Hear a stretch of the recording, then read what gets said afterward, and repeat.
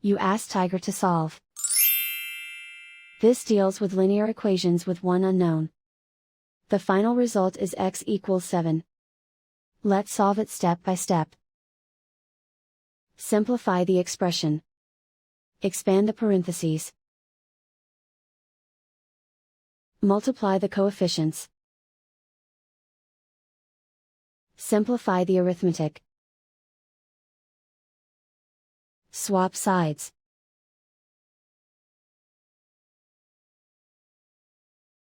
Group all constants on the right side of the equation.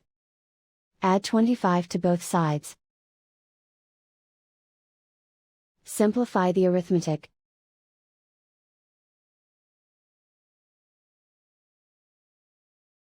Isolate the x.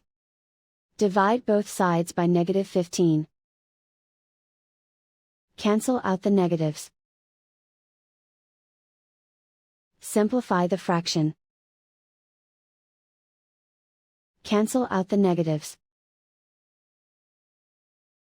Find the greatest common factor of the numerator and denominator.